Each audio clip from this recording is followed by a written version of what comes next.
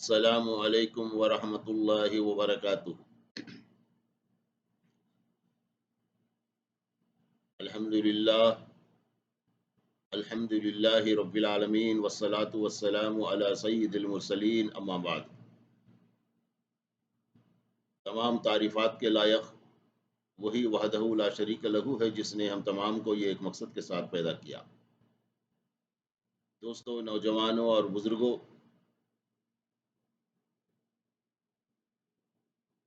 نکاح کے مسائل کی سیریز میں آج کا موضوع ہے متفرق، یعنی نکاح سے متعلق متفرق مسائل۔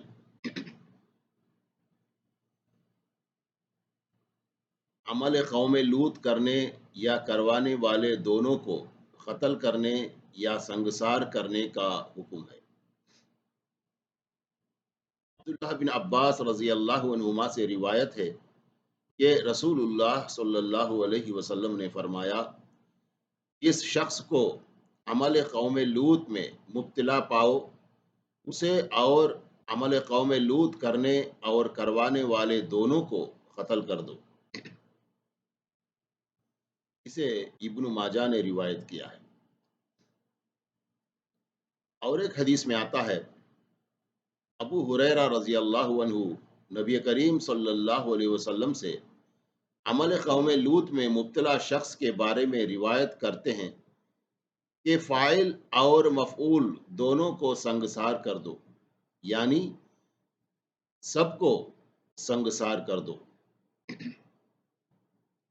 اسے ابن ماجہ نے روایت کیا ہے۔ معزز سامعین، میاں بیوی کا باہمی تعلق نکاح موت سے ختم نہیں ہوتا۔ نیک مرد اور نیک عورت جنت میں بھی ایک دوسرے کے میاں بیوی ہوں گے۔ ایک حدیث میں آتا ہے، عائشہ رضی اللہ عنہا سے روایت ہے کہ رسول اللہ صلی اللہ علیہ وسلم نے عائشہ رضی اللہ عنہا سے فرمایا، کیا تم اس بات پر راضی نہیں کہ تم دنیا اور آخرت دونوں جگہ میری بیوی رہو؟ عائشہ رضی اللہ عنہا نے عرض کیا، کیوں نہیں؟ تو آپ صلی اللہ علیہ وسلم نے ارشاد فرمایا، تم دنیا اور آخرت میں میری بیوی ہو۔ اسے حاکم نے روایت کیا ہے۔ زانی اور زانیہ کے ہاں پیدا ہونے والی اولاد ماں باپ کے گناہ سے بری ذمہ ہے۔ ایک حدیث میں آتا ہے، عائشہ رضی اللہ عنہا سے روایت ہے کہ رسول اللہ صلی اللہ علیہ وسلم نے فرمایا، زنا کے نتیجے میں پیدا ہونے والی اولاد پر اپنے ماں باپ کے گناہ کا کوئی وبال نہیں۔ اسے حاکم نے روایت کیا ہے۔ بیوی کو والدین کی ملاقات یا خدمت سے روکنا منع ہے۔ ایک حدیث میں آتا ہے، اسماء رضی اللہ عنہا سے روایت ہے کہ میری مشرکہ ماں قریش اور نبی صلی اللہ علیہ وسلم کے درمیان صلح، یعنی صلح حدیبیہ کے زمانے میں مدینہ آئی۔ اس کا باپ یعنی میرا نانا بھی ساتھ تھا۔ میں نے رسول اللہ صلی اللہ علیہ وسلم سے پوچھا، میری ماں آئی ہے اور اسے اسلام سے سخت نفرت ہے، اس کے ساتھ کیا سلوک کروں؟ تو آپ صلی اللہ علیہ وسلم نے ارشاد فرمایا، اپنی ماں سے صلہ رحمی کرو۔ اسے بخاری نے روایت کیا ہے۔ جانتے بوجھتے اپنی ولدیت حقیقی باپ کے بجائے کسی دوسرے کی طرف منسوب کرنے والے پر جنت حرام ہے۔ یعنی جانتے بوجھتے اپنی ولدیت حقیقی باپ کے بجائے کسی دوسرے کی طرف منسوب کرنے والے پر جنت حرام ہے۔ ایک حدیث میں آتا ہے، سعد بن ابی وقاص رضی اللہ عنہ کہتے ہیں، میں نے نبی کریم صلی اللہ علیہ وسلم کو فرماتے ہوئے سنا ہے، جس نے جانتے بوجھتے اپنے نسبت اپنے باپ کے علاوہ کسی دوسرے کی طرف کی اس پر جنت حرام ہے۔ اسے بخاری نے روایت کیا ہے۔ حسب نسب پر فخر کرنا یا تان کرنا دونوں منع ہے، یعنی خاندان وغیرہ۔ سلمان رضی اللہ عنہ کہتے ہیں رسول اللہ صلی اللہ علیہ وسلم نے فرمایا، تین باتیں جاہلیت کی ہیں: حسب پر فخر کرنا، اپنے یا کسی دوسرے کے نسب پر تان کرنا، میت پر نوحہ کرنا۔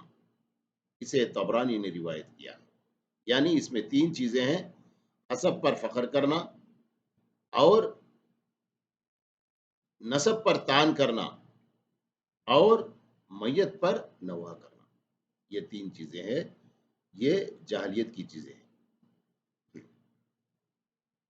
معزز سامعین، اپنی بیوی، بیٹی، بہن یا بہو وغیرہ کو کسی غیر محرم کے ساتھ قابل اعتراض حالت میں دیکھ کر قتل کرنا منع ہے۔ ابو ہریرہ رضی اللہ عنہ روایت کرتے ہیں، سعد بن عبادہ رضی اللہ عنہ نے عرض کیا، یا رسول اللہ صلی اللہ علیہ وسلم، اگر میں اپنی بیوی کو کسی غیر مرد کے ساتھ ناجائز حالت میں دیکھوں تو کیا اس وقت تک اسے کچھ نہ کہوں جب تک 4 گواہ نہ لاؤں؟ تو آپ صلی اللہ علیہ وسلم نے ارشاد فرمایا، ہاں۔ سعد رضی اللہ عنہ کہنے لگے، ہرگز نہیں، اس ذات کی قسم جس نے آپ کو حق کے ساتھ بھیجا ہے، میں تو گواہ لانے سے پہلے ہی اسے فوراً تلوار سے قتل کر دوں گا۔ رسول اللہ صلی اللہ علیہ وسلم نے فرمایا، لوگو سنو، تمہارا سردار کیا کہہ رہا ہے۔ وہ یعنی سعد رضی اللہ عنہ واقعی غیرت مند ہیں، لیکن میں اس سے زیادہ غیرت مند ہوں اور اللہ مجھ سے زیادہ غیرت مند ہے۔ یعنی قتل کرنا جائز نہیں، بلکہ اس سے مزید فتنہ فساد بڑھے گا، لہذا قتل نہ کرو۔ اسے مسلم نے روایت کیا ہے۔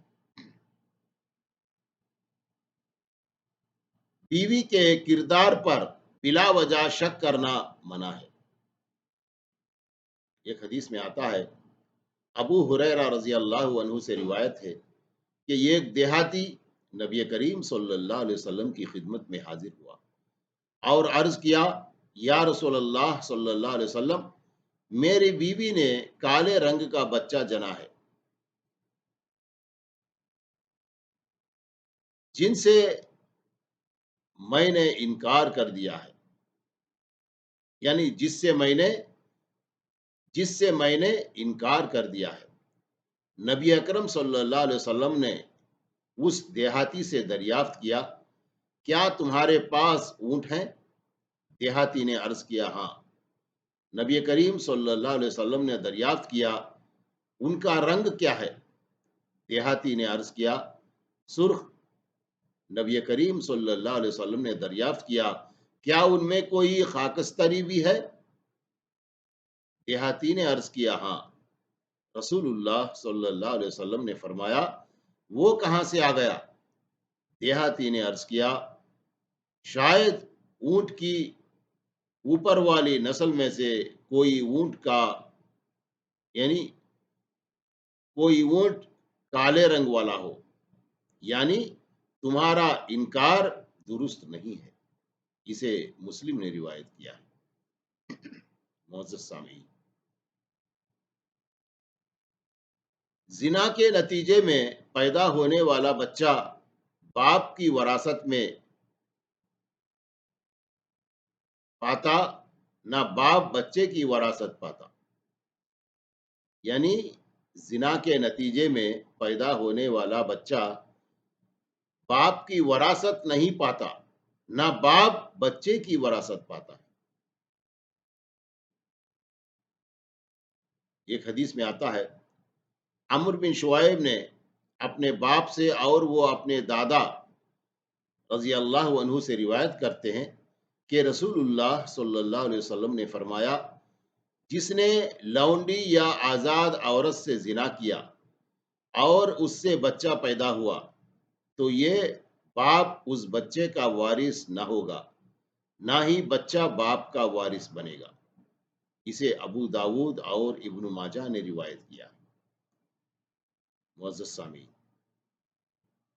کنوارے زانی اور زانیہ کی سزا 100 کوڑے اور 1 سال کی جلاوطنی ہے، جبکہ شادی شدہ زانی اور زانیہ کی سزا 100 کوڑے اور پتھروں سے سنگسار کرنا ہے۔ معزز سامعین، اور ایک حدیث میں آتا ہے، عبادہ بن صامت رضی اللہ عنہ سے روایت ہے کہ رسول اللہ صلی اللہ علیہ وسلم نے فرمایا، لوگوں مجھ سے مسائل سیکھ لو، لوگوں مجھ سے مسائل سیکھ لو، اللہ تعالیٰ نے عورتوں کے لیے راہ نکال دی ہے۔ کنوارا مرد کنواری عورت سے زنا کرے تو اس کے لیے 100 کوڑے اور 1 سال تک جلا وطنی کی سزا ہے، اور اگر شادی شدہ مرد شادی شدہ عورت سے زنا کرے تو ان کے لیے 100 کوڑے اور سنگسار کرنے کی سزا ہے۔ اسے مسلم نے روایت کیا ہے۔ یعنی سورہ نساء میں اللہ تعالیٰ نے زانیہ کی سزا یہ مقرر فرمائی تھی کہ اسے موت تک گھر میں قید کر دیا جائے، اور ساتھ ارشاد فرمایا تھا کہ اس حکم پر اس وقت تک عمل کرو جب تک اللہ ان کے لیے کوئی دوسری راہ نہیں نکالتا۔ سورہ نساء آیت نمبر 15۔ حدیث میں اللہ تعالیٰ کے اسی ارشاد مبارک کی طرف اشارہ ہے کہ اب اللہ تعالیٰ نے عورتوں کے بارے میں یہ راہ نکالی ہے، یعنی یہ حکم نازل فرمایا ہے۔ شادی شدہ زانی اور زانیہ کی سزا کا انحصار عدالت پر ہے، وہ چاہے تو دونوں سزائیں دے سکتی ہے، کوڑے بھی اور سنگسار کرنا بھی، چاہے تو صرف ایک ہی سزا کو کافی سمجھے، یعنی سنگسار کرنا۔ واللہ عالم بالصواب۔ معزز سامعین، اللہ کے فضل و کرم سے نکاح کے مسائل الحمدللہ پورے ہوئے۔ اللہ تعالیٰ ہم تمام کو کتاب و سنت کے مطابق زندگی گزارنے کی توفیق عطا فرمائے، آمین۔ والصلاة والسلام علی النبی۔ السلام علیکم ورحمۃ اللہ وبرکاتہ۔